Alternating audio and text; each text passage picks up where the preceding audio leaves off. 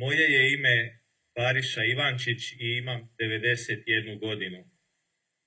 Pripadnik sam 204. Vukovarske brigade, a zarobljen sam 18.11.1991. od Borovog komerca, kada sam došao pomoći gasiti požar i iznositi ranjenike. Četnici su me zarobili u popodnevnim satima i prisilili me da im predam svoje oružje.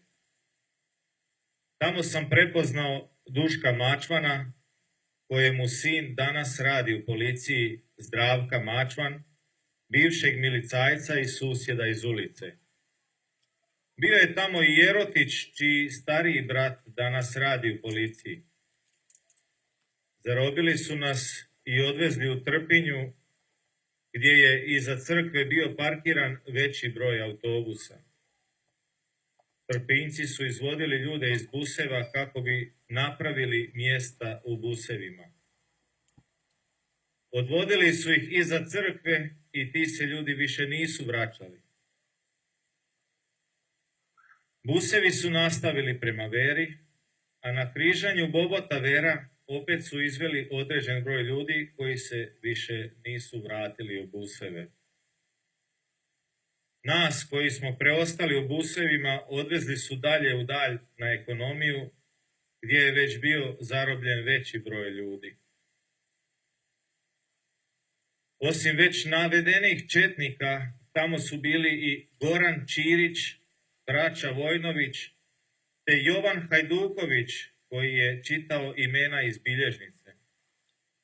Koga bi pročitao, njega su odvodili prema Dugačkom kanalu koji je bio na ekonomiji i tamo su ljudi ubijani klanjem ili odrubljivanjem glave. Kada sam i ja prozvan i odvojen za kanal, vidio sam kako je već prepun leševa.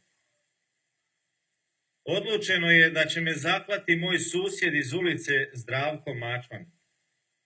Imao je nož s oštricama s obje strane. Jedna je bila velika, a druga manja, ali obje krvave. Kada sam pristupio na klanje, prvo su me natjerali da pojedem krunicu i križ mi je zapeo u grlu. Zdravko me zaklao i gurnuo u kanal na druge leševe, no kako mi je križ bio u grlu, nije mogao dovoljno duboko zarezati. Prešao je preko križa koji mi je spasio život.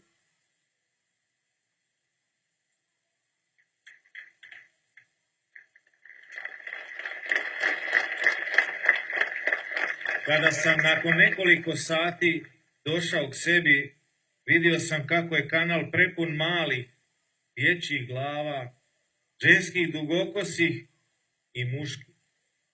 Bile su odsječene, a oči su još uvijek staklasto i izbezumljeno gledale u prazno. Obliven svojom i tuđom krvlju, jedva sam ispuzao iz kanala, skližući se po nabacanim leševima oko mene. Dovukao sam se do prvog drveta u blizini, tražeći nekakav zaklon, no više nikog živog nije bilo oko mene. Otrgnuo sam rukav svoje vojničke bluze i svezao ranu kako bi zaustavio krvarenje. Ustao sam i krenuo hodati, a putem sam shvatio da idem prema Glogaljevcima. Tamo me ponovno zarobila JNA i odvezla u Begejce. Nakon Begejaca prebačen sam u Stajićevo, pa Zrenjanin, Niš, Mitrovicu i Beograd na suđenje. 9 mjeseci proveo sam po svim srpskim koncentracijskim logorima u kojima sam doživio mučenja i zlostavljanja baš kao i svi drugi logoraši.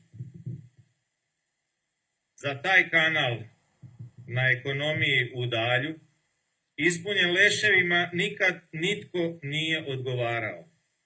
Iskaze o tome davao sam 10-ak puta i u Zagrebu i u Vukovaru i stranim televizijama, no nikoga to nije zanimalo.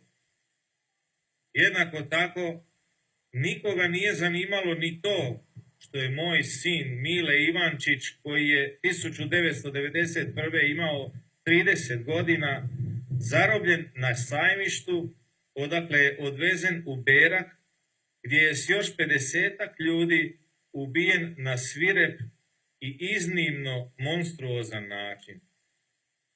Ni zato nitko nije odgovarao.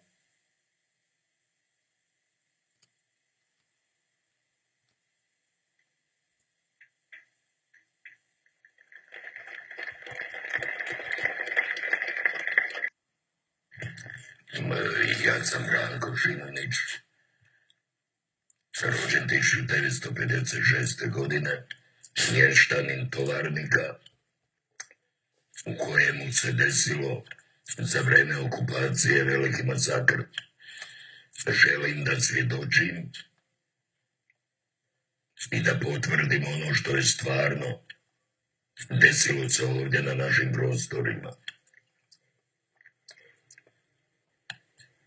Mi smo jedna obitelj Šimunić, koja je brojala 10 članova, nas 8 djece i otac i mama. Uključili smo se odmah u obranu Republike Hrvatske kad je krenula agresija i doživjeli smo fijasko u ovome ratu. Meni su ubijena 3 rođena brata. Brat 17,5 godina, brat 25 godina, brat 32 godine. Ja imam čin vojnika Hrvatske vojske. Bio sam u vojsci 9 godina. Bio sam u logoru 120 dana. Suđen sam na smrt u Beogradu. Jedan sam od svjedoka koji je bio nazočan masakr u mjestu Tovarnik. Ali ne samo u Tovarniku, nego i dalje u logorima. Sve ono što se desilo, mislim da predugo traje istraga, suđenja, dokazi koji nestaju u DORH-u, dokazi koji nestaju u policiji. Ja sam do sad dao ne znam koliko, ali mnogo iskaza. Međutim, ništa nije napravljeno. Mi imamo toliko sporo pravosuđe, toliko neučinkovito. Možda ja grešim, ali dokazi postoje. Svi ti ratni zločinci danas šetaju po Vukovaru, po Šidu koji je 5 kilometara 6 od nas. Ja sam razočaran na hrvatsku diplomaciju. Ja sam razočaran na hrvatsku vladu koja, čini mi se, ne poduzima dovoljne mjere da oni budu privedeni. Mi jako dobro znamo da su oni pokušali na ovome dijelu Hrvatske uspostaviti etnički čistu državu srpsku. Ljudi koji su doživjeli to što su doživjeli ne mogu biti zadovoljni. Mi tražimo pravdu 24 godine. 25 godina tražimo pravdu. Moja mama koja sada ima 83 godine. Ona to dočekat neće. Pitanje je da li ću ja dočekati, a o njoj da ne pričamo. Moj otac je umro prije 8 godina. Umro je jer nije dočekao. To je žalosno. Pa Nirnberški proces je trajao kraće. 21.9.1991. godine, kad su srpske paravojne formacije ušle u Tovarnik, moja 2 brata su odvedena. Pred srpskom crkvom su ubijeni kao psi, samo zato što su Hrvati. Do dana današnjeg niko nije osuđen za zločine. A zna se dobro imena. To je Miloš Stanimirović, to je nečak od Voje Stanimirovića, da naglasim. To je Dušan Strupar, to je Boško Miljković, to je Stevan Srdić. Dakle, imamo čovjek koji je vidio ubojstva, dao je iskaz u Osijeku na Županijskom sudu. Dakle, po tom pitanju ništa nije poduzeto. To je žalosno. Ja sam svjedok jednog brutalnog čina u Tovarniku, nakon pada Tovarnika, kastriranja 3 naša branitelja, 3 Hrvata.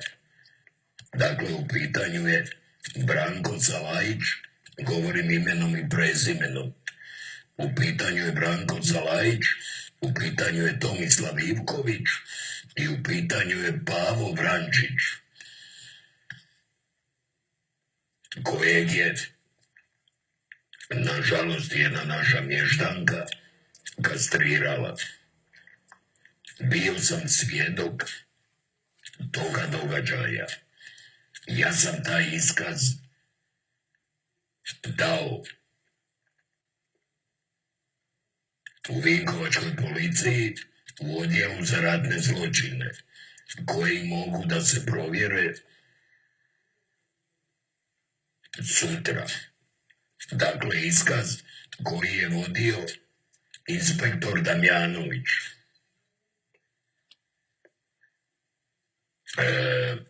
Desilo se da je jedan od ratnih zločinaca, Boško Miljković, momak iz Tovarnika, sa kojima sam ja odrastao, koji je kod mojih roditelja i kod mene 100 puta jeo i pio.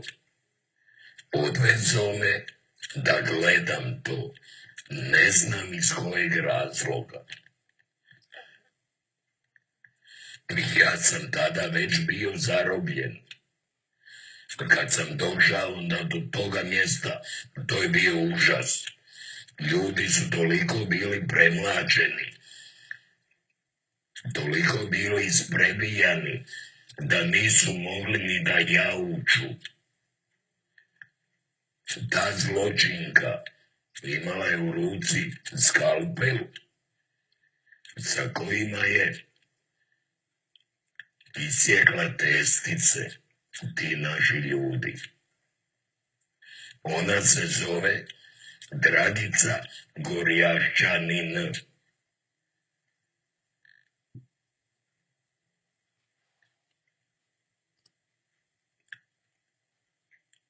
Ja ne znam koliko treba vremena našem pravosuđu.